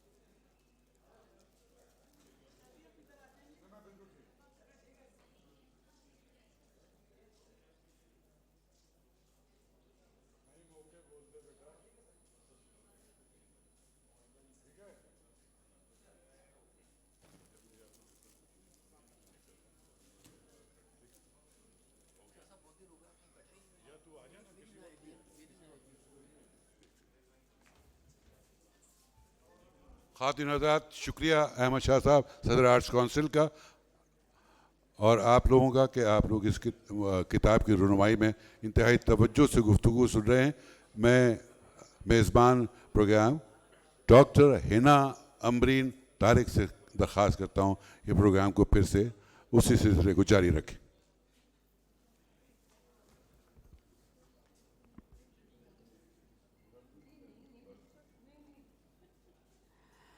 تو خواتین و حضرات، اردو میں جو ناول لکھے گئے اس میں خواتین ناول نگاروں کی اہمیت اپنی جگہ مسلم ہے. اور قرۃ العین حیدر نے جو آگ کا دریا ناول لکھا اس میں انہوں نے تقسیم ہند جیسے بڑے موضوع کو سمیٹا. خدیجہ مستور کا ناول آنگن سکوت ڈھاکہ کے پس منظر میں لکھا گیا ہے، اور زیر نگاہ ناول صبح کا اجالا، اس پر ابھی اظہار رائے کا سلسلہ جاری ہے. میں دعوت دوں گی اپنی اگلی مہمان کو، جو کہ جن کا تعلق کراچی شہر سے ہے. بہت اچھی شاعرہ ہیں، ان کے کئی مجموعہ ہائے کلام منظر عام پر آ چکے ہیں. میں ملتمس ہوں محترمہ سبین سیف سے کہ وہ یہاں تشریف لائیں اور صبح کا اجالا پر اور فرحانہ زبیری کے فن اور شخصیت پر اپنی رائے پیش کریں.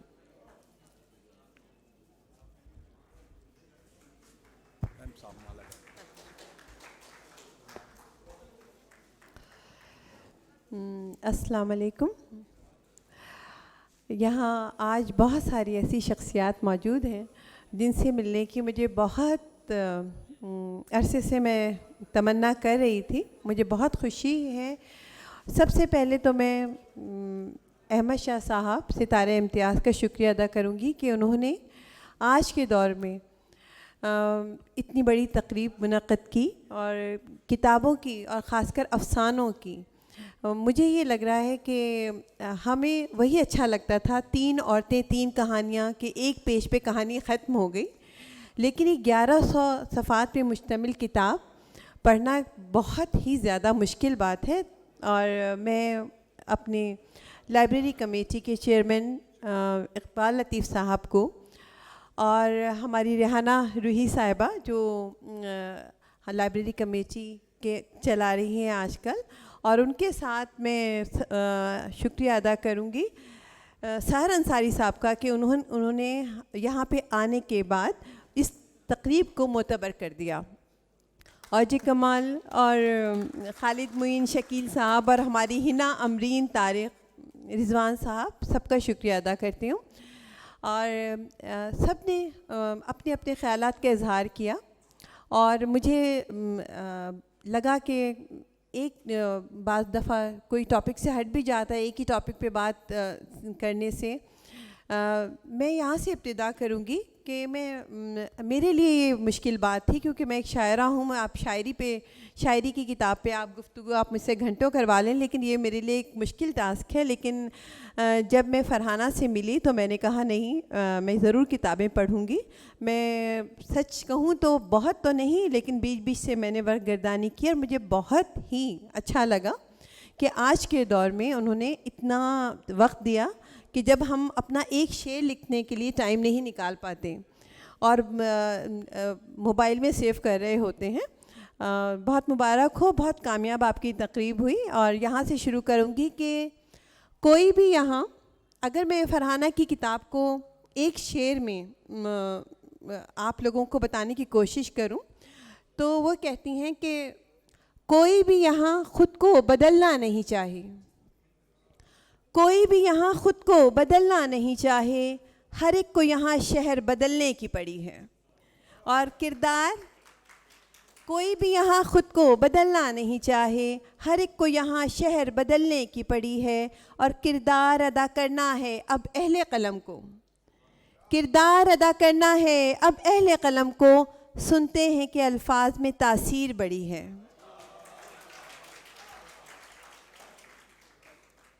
بہت کم ٹائم لوں گی آپ لوگوں سے کہ کتابیں استاد بھی ہیں اور دوست بھی.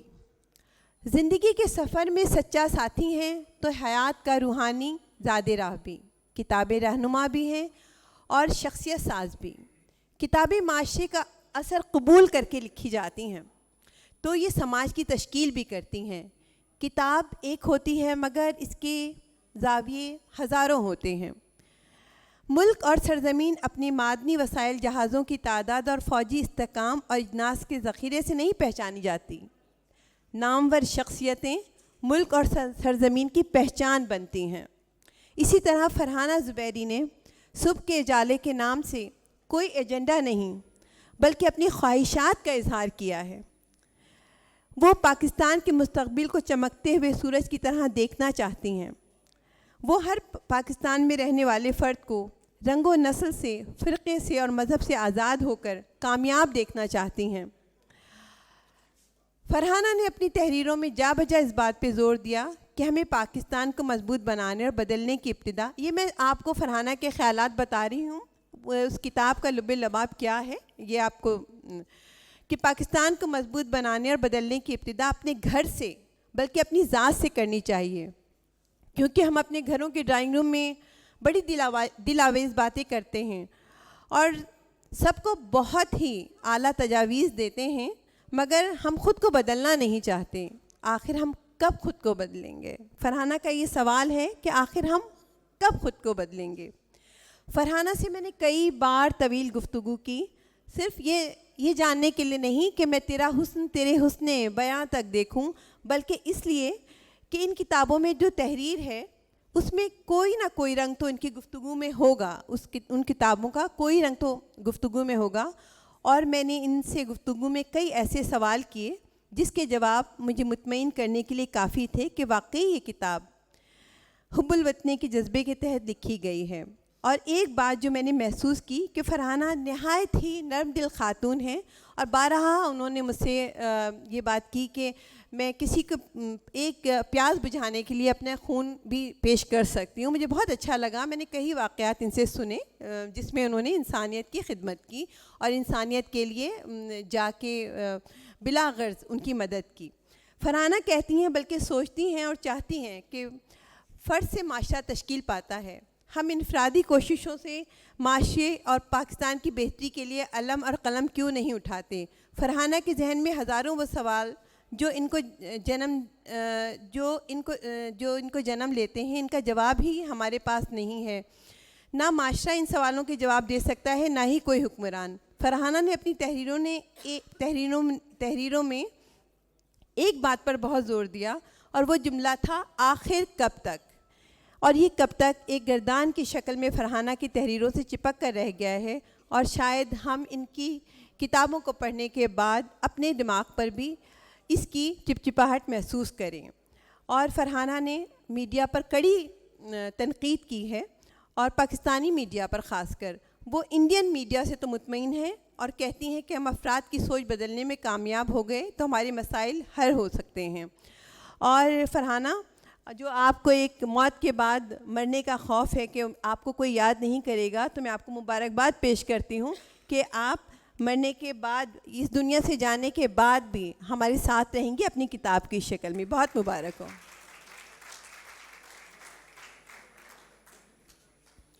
خواتین و حضرات، یہ تھیں محترمہ سبین سیف، جو کہ لائبریری کمیٹی کی کوآرڈینیٹر بھی ہیں۔ آرٹس کونسل پاکستان کراچی کی جانب سے صدر محمد احمد شاہ کی قیادت میں بے شمار منفرد اور بہترین پروگرام پیش کیے گئے۔ آج کا یہ پروگرام بھی اسی سلسلے کی ایک کڑی ہے۔ یہ پروگرام فیس بک پیج پر، آرٹس کونسل کے فیس بک پیج پر لائیو جا رہا ہے۔ ہم سب یہاں پر دیکھ رہے ہیں اور دنیا بھر میں یہ پروگرام دیکھا جا رہا ہے۔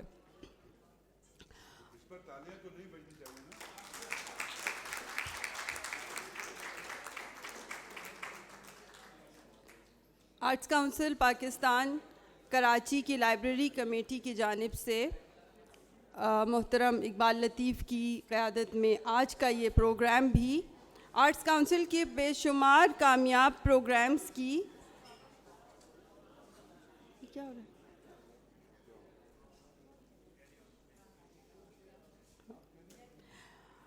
یہ پروگرام بھی آرٹس کاؤنسل کی ان بے شمار کامیاب پروگرامز کی طرح ایک کامیاب ترین پروگرام ہونے جا رہا ہے انشاءاللہ. تو اب میں جس شخصیت کو اظہار رائے کے لیے دعوت دینے جا رہی ہوں ان کا تعلق، بلکہ وہ خود آرٹس کاؤنسل پاکستان کراچی کی گورننگ باڈی کے ممبر بھی ہیں اور وہ اس کمیٹی کے چیئرمین ہیں جس کی میں وائس چیئرپرسن ہوں، یعنی کہ ٹاک شو کمیٹی. تو میں دعوت دینے جا رہی ہوں محترم شکیل خان صاحب کو. میں دعوت کلام کہنے لگی تھی کیونکہ میں شاعرہ ہوں اور مشاعروں کی نظامت کرتی آئی ہوں. تو شکیل خان صاحب. بسم اللہ الرحمن الرحیم. معزز خواتین و حضرات، آرٹس کونسل میں آپ سب کو خوش آمدید. میرے خیال سے تقریریں زیادہ ہو گئی ہیں. سحر بھائی نے کہا تھا کہ سزا بغیر عدالت سے میں نہیں آیا، کہ بعض جرم صداقت سے میں نہیں آیا، فصیل شہر میں پیدا کیا ہے در میں نے، کسی بھی باب رعایت سے میں نہیں آیا.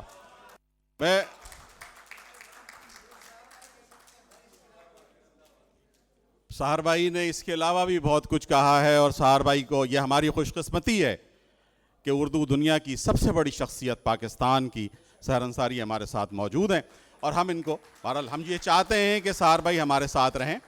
فرحانہ زبیری کی کتاب پر بہت سارے لوگ تبصرہ کر رہے ہیں، بہت سارے لوگ تبصرہ کرتے رہیں گے، کتابیں آتی ہیں. میں بہرحال وطنیت کے حوالے سے کہ میرے وطن میں بہاروں کے پھول مہکیں گے، مجھے یقین ہے شراروں کے پھول مہکیں گے. کبھی تو دیدہ نرگس میں روشنی ہوگی، کبھی تو اجڑے دیاروں میں پھول مہکیں گے، اور چمک ہی جائے گی شبنم لہو کی بوندوں سے، روش روش پہ ستاروں کے پھول مہکیں گے.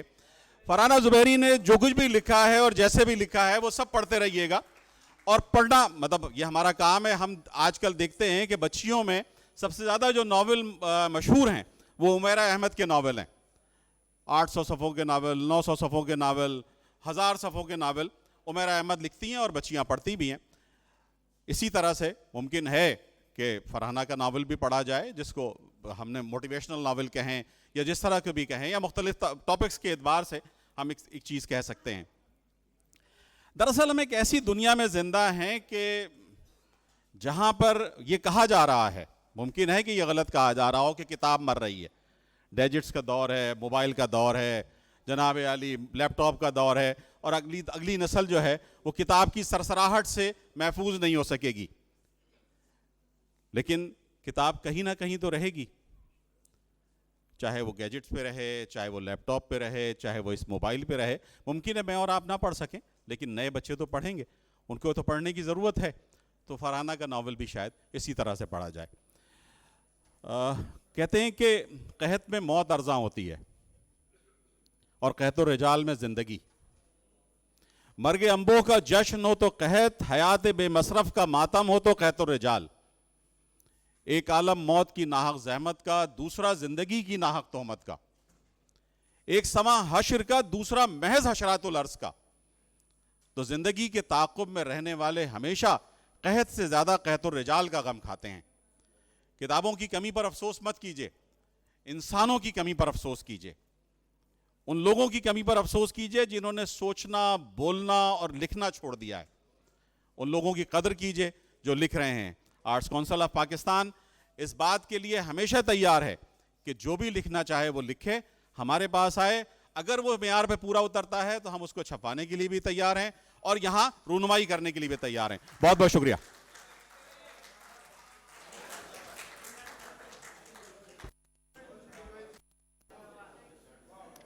صبح کا اجالا کتاب نہیں سوچ ہے، یہ کہنا ہے فرحانہ زبیری صاحبہ کا. وہ اپنی کتاب میں کہتی ہوئی نظر آتی ہیں، آئیے بامقصد زندگی گزاریں. اب میں اس کتاب صبح کا اجالا پر اظہار خیال پیش کرنے کے لیے جس شخصیت کو مدعو کرنے جا رہی ہوں وہ ادبی منظرنامے میں بھرپور ان کی موجودگی نظر آتی ہے. شاعر ہیں، صحافی ہیں، ادیب ہیں، ایک ہمہ جہت شخصیت ہیں. میں درخواست گزار ہوں ہمارے بہت ہی محترم خالد معین صاحب سے تشریف لائیے.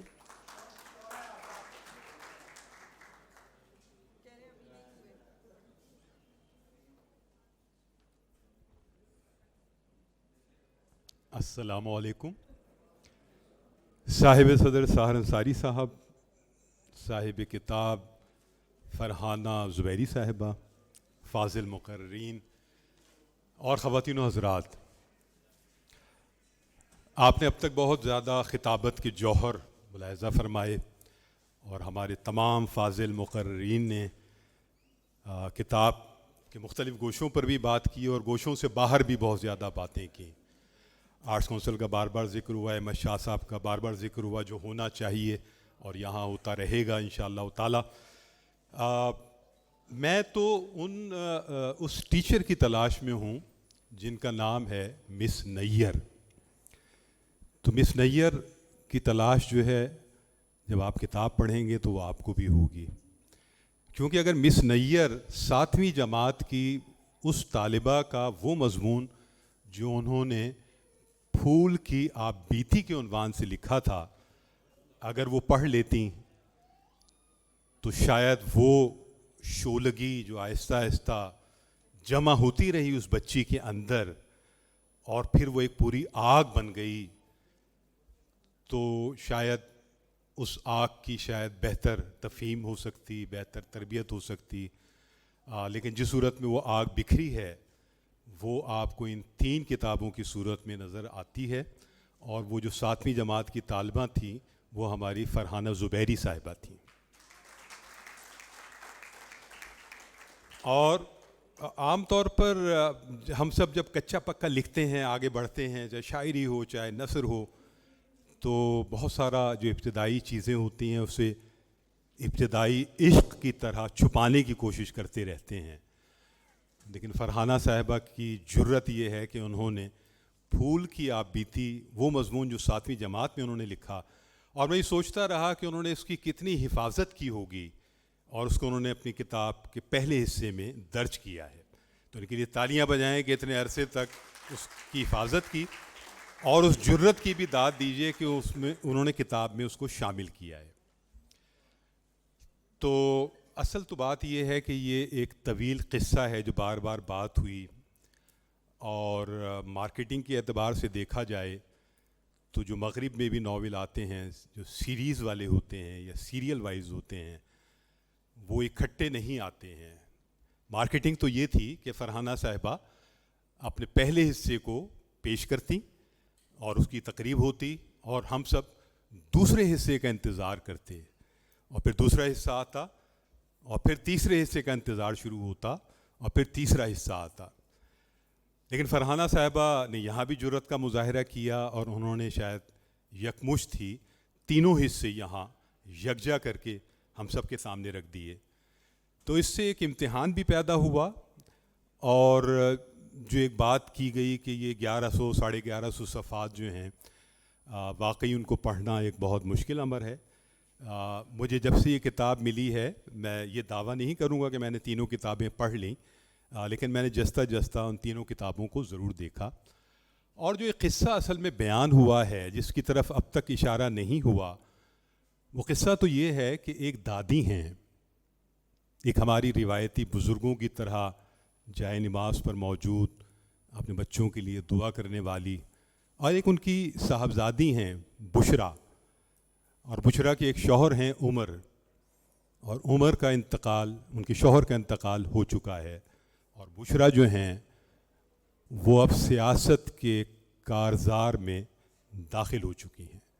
یہ وہی بشرا ہیں جن کا خواب ہیروئن بننے کا تھا، لیکن ان کے اس خواب کو ان کی ماں یعنی اس کردار کی جو دادی ہیں انہوں نے کچل دیا اور ان کی شادی کر دی. اگر وہ شادی نہ ہوتی تو وہ شاید ہیروئن بن جاتی. اب یہی خواب انہوں نے اپنی بیٹی کو بھی دکھانا چاہا جس کا نام عائشہ ہے اور جسے بار بار عیش کے نام سے ناول کے اندر بیان کیا گیا ہے. اور بشرا جو ہیں جو عیش کی والدہ ہیں وہ اس کو بہکانے کی کوشش کرتی ہیں کہ تم بہت خوبصورت ہو.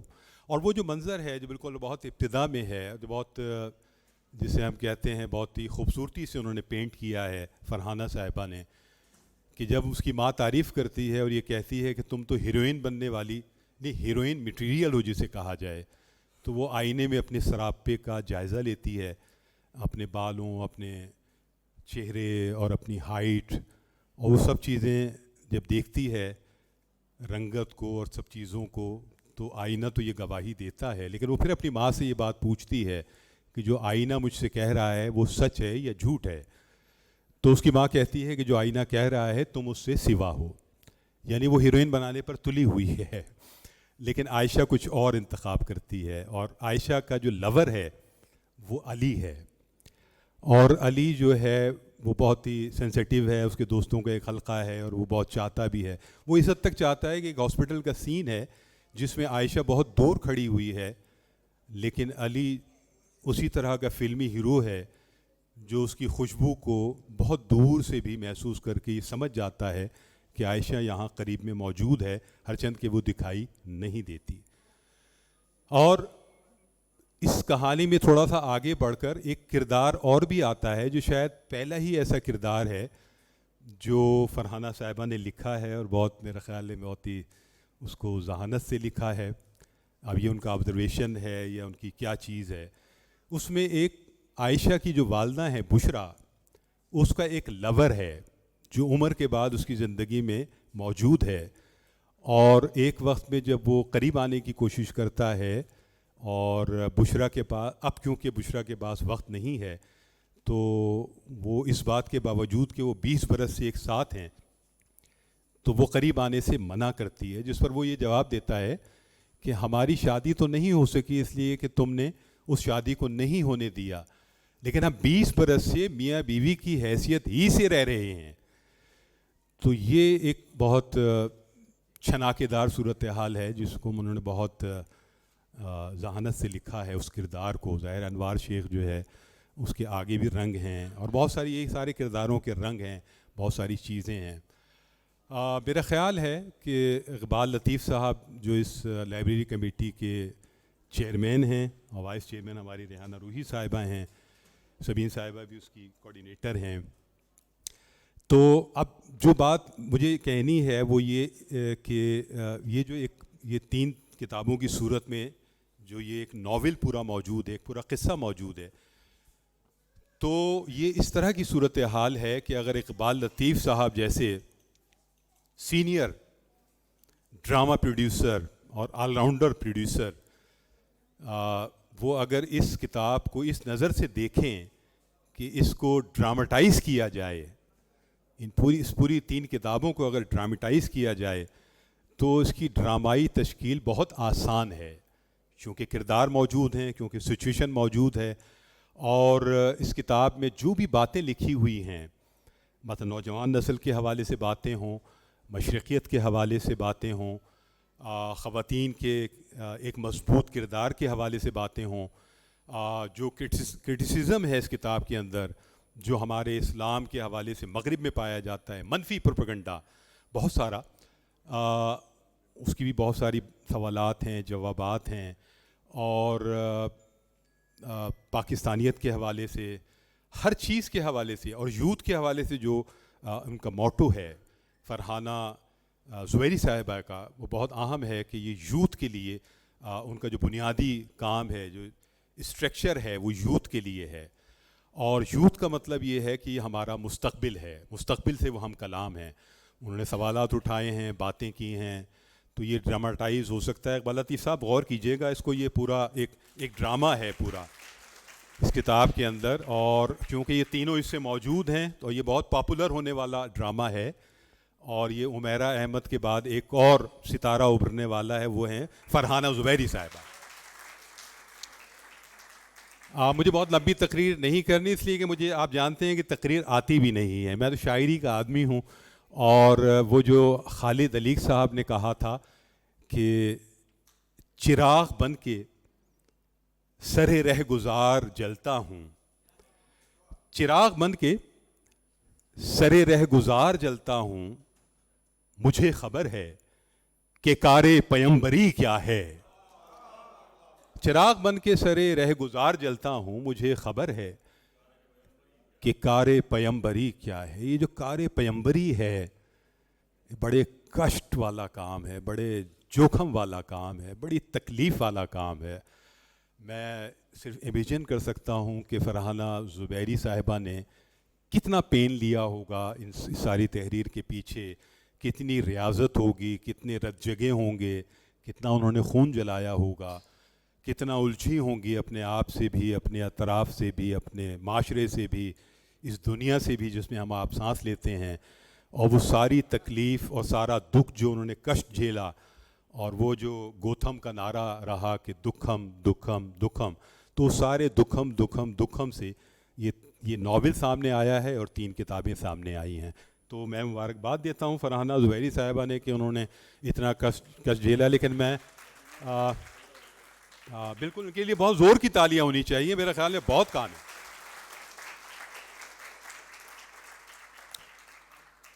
بہت شکریہ. یہ مجھے ایسا ہی لگا ہے آپ نے مجھے ہی داد دی ہے.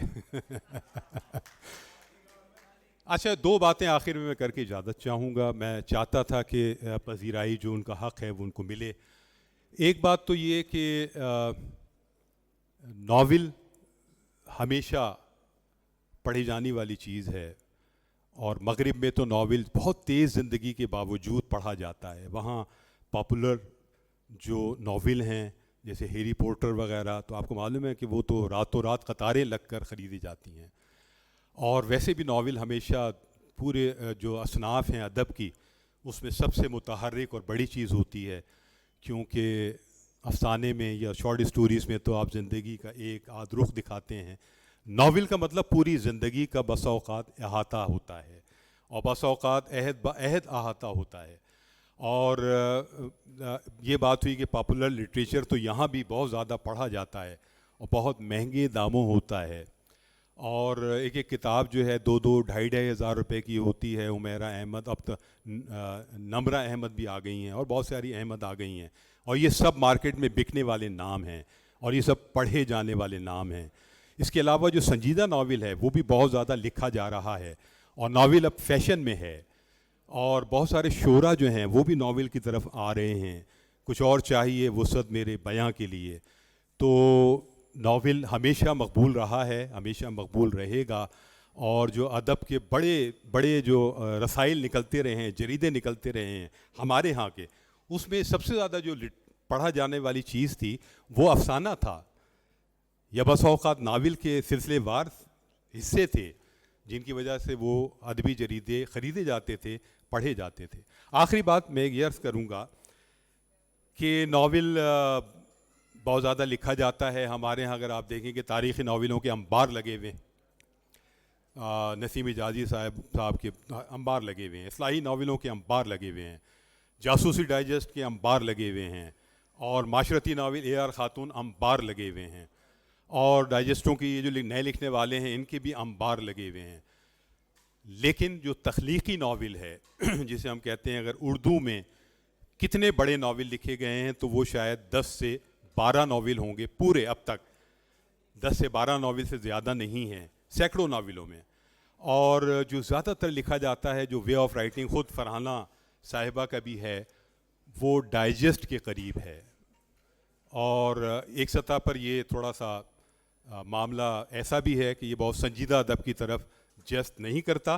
لیکن اچھی بات یہ ہے کہ اسے آپ لوگ اور ہم سب بھی آسانی سے ڈائجسٹ کر سکتے ہیں. بہت شکریہ.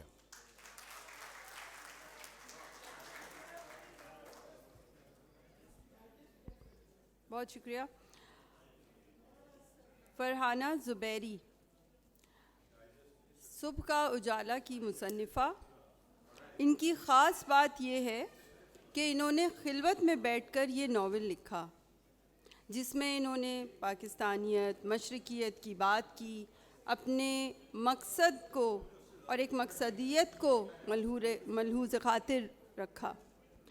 تو اب وقت ہوا ہے کہ ہم صبح کا اجالا کی مصنفہ سے درخواست کریں کہ وہ یہاں تشریف لائیں اور سامعین کرام سے کچھ گفتگو کریں. فرحانہ زبیری.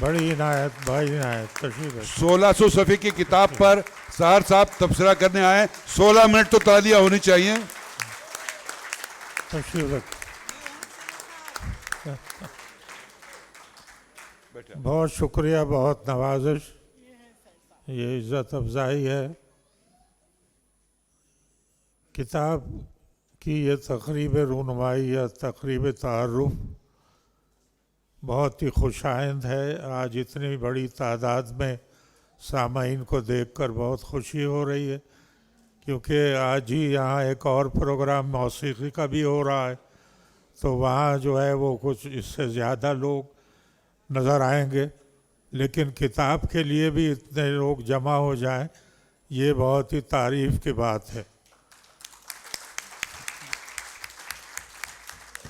اور اس سے زیادہ تعریف کی بات یہ ہے کہ اس زمانے میں کہ جب ہم محسوس کر رہے ہیں اور ہر جگہ اس کی باقاعدہ پبلسٹی بھی ہوتی ہے اور تنقید بھی ہوتی ہے کہ ہمارا جو دور ہے وہ کتابوں سے دور ہوتا جا رہا ہے، اس زمانے میں جناب فرحانہ زبیری نے یہ کتاب لکھی جو کئی لحاظ سے بہت اہمیت رکھتی ہے۔ ہاں جی فرحانہ ارتضیٰ زبیری۔ تو اب یہ ہے کہ جہاں تک کہ کتاب کا تعلق ہے، یہ اس لحاظ سے خاصیت اس کی ہے کہ وہ سب سے پہلے ریڈیبل ہے، کہ آپ کتاب پڑھتے چلے جائیے، کہیں آپ کو یہ محسوس نہیں ہوگا کہ اس میں کوئی ایسی گنجلک بات کہی گئی ہے کہ جس کی وجہ سے آپ کو یعنی ذہن پہ کوئی غیر معمولی بار محسوس ہو، بلکہ آپ کے اندر ایک تجسس پیدا ہوتا ہے کہ کس طرح کا یہ کلام ہے، جو کس طرح سے یہ چیزیں سامنے آئی ہیں۔ کیونکہ یہ 6 جلدی ناول ایک بہت اہم دور میں لکھا گیا ہے۔ ناول پہ گفتگو کر چکے ہیں ہمارے اوج کمال، خاص طور پر بہت تفصیل سے، اور رضوان جعفر نے بھی جو ہے وہ ان کے اقتباسات دے کر۔ لیکن میں جو ایک بات جہاں سے شروع کرنا چاہتا ہوں وہ یہ ہے کہ یہ ناول اس لیے بہت اہم ہے کہ یہ پوسٹ ماڈرنزم کے زمانے میں لکھا گیا ہے۔ پوسٹ ماڈرنزم سے آپ واقف ہوں گے، لیکن میں پھر بھی کچھ عرض کر دیتا ہوں کہ جو لوگ پوسٹ ماڈرنزم کو مانتے ہیں وہ نہ تاریخ کو مانتے ہیں، نہ مذہب کو مانتے ہیں، نہ شخصیات کو مانتے ہیں، تو وہ گویا کسی بھی مقصدیت کو قبول نہیں کرتے۔ اب ایسے دور میں ایسا ناول لکھنا یہ دراصل ایک ایسی راہبری ہے کہ جو پڑھنے والے یقیناً یہ سمجھیں گے کہ ان چیزوں سے گزرے بغیر اگر ہم زندگی گزار رہے ہیں تو وہ زندگی ہے ہی نہیں۔ تو اس میں 3 چیزیں خاص طور پر آتی ہیں۔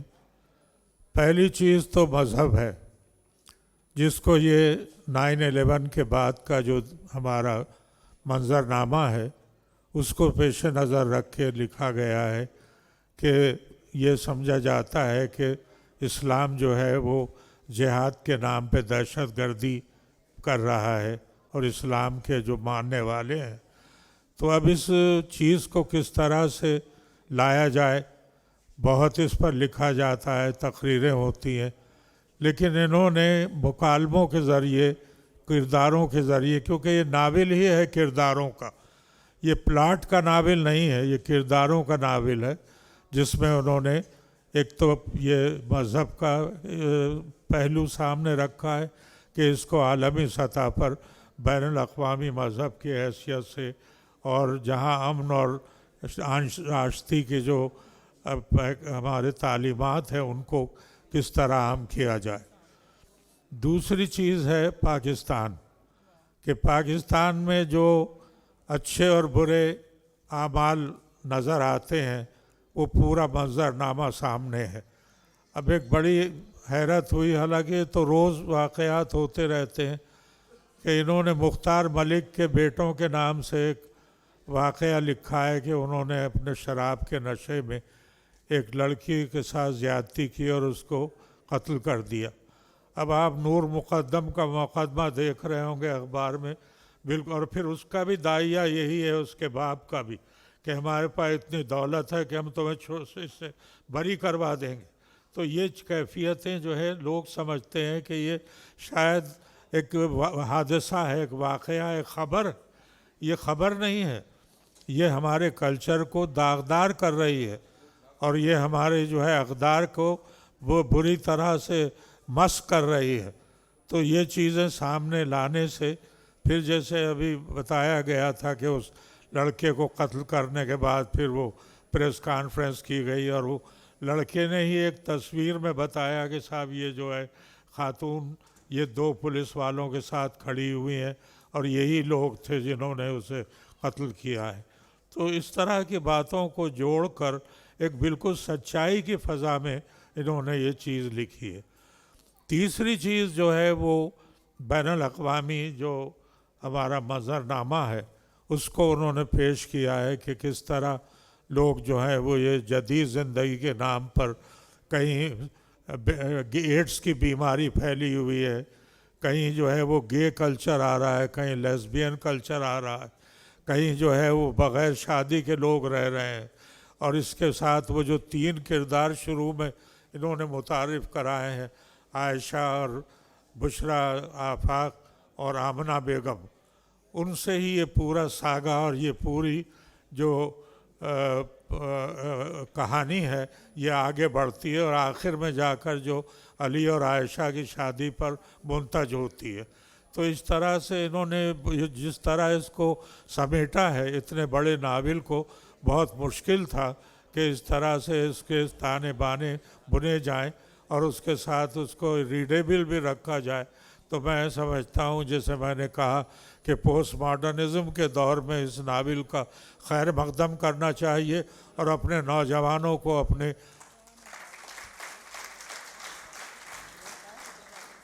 اقدار حیات سے متعارف کرانا چاہیے.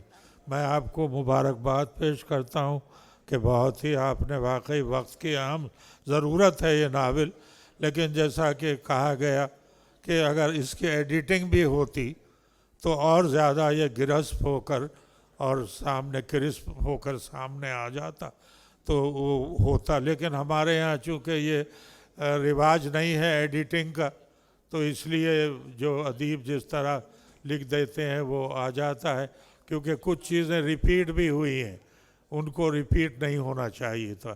لیکن اس کے باوجود بہرحال ناول جو ہے وہ لائق مطالعہ ہے اور وہ اپنا ایک اثر چھوڑتا ہے پڑھنے والے پر. اور آرٹس کونسل کے جو ایک کمیٹی ہے, لائبریری کمیٹی ہے, اس کے جو ہمارے تمام عہدیداران ہیں ان کو میں مبارکباد پیش کرتا ہوں. اقبال لطیف صاحب ہیں, ہمارے روحی صاحبہ ہیں, اقبال لطیف صاحب کا تو پہلے نام لیا میں نے, اور اب تو عنبر حنا صاحبہ کا بھی نام پڑھا میں نے آج کے, ان کو خط ایشو ہو چکا ہے یہاں سے. تو بڑی خوشی کی بات ہے کہ وہ برابر ترقی کر رہی ہے کونسل, اور بہت بڑی تعداد میں لوگ آئے ہیں. تو اس سے اندازہ ہے کہ اب جو اس کووڈ-19 کے بعد کا جو دور آیا ہے اس میں پھر وہی گہما گہمی اور زندگی کی وہی حرارت اور وہی توانائی جو ہے وہ آ جائے گی سامنے. اور شکریہ. بہت شکریہ سار بھائی.